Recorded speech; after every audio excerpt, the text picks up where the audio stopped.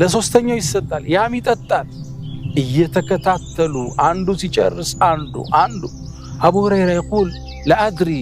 እየጨመረ ነው እየቀነሰ እንዳለ ነው እቃው እንደሞላ ነው ብርጭቆ ኩባያው እንደሞላ ነው ወተት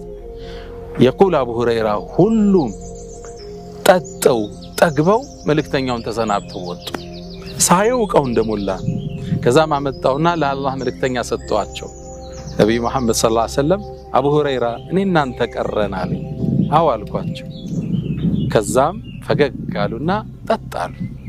ጠጣዋል ሰጠዋቸው ጨምራሉ አሁንም ጠጣዋል ያ ባህር እሽረብ ጠጣሉ እንደገና ጠጣ ይሉኛል እጠጣለሁ በምን ላስገባው የቀናት ረሃቤ አለቃል ከዛም ጠጣሉ فقلت والذي بعثك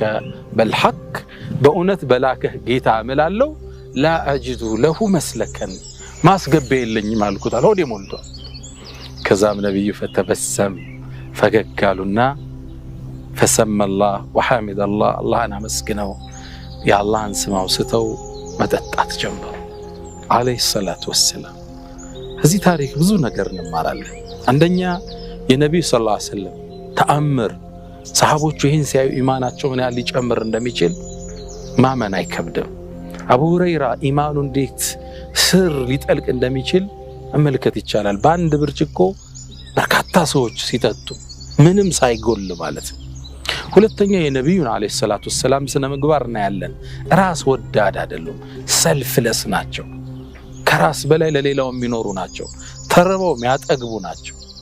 እሳቸው አልበሉም እርቧቸዋል ሁሉን ቁመው አጠጥተው ከራስ በላይ የሚሻ ለሌላው መቆረስ ለሌላው ራስን መስጠት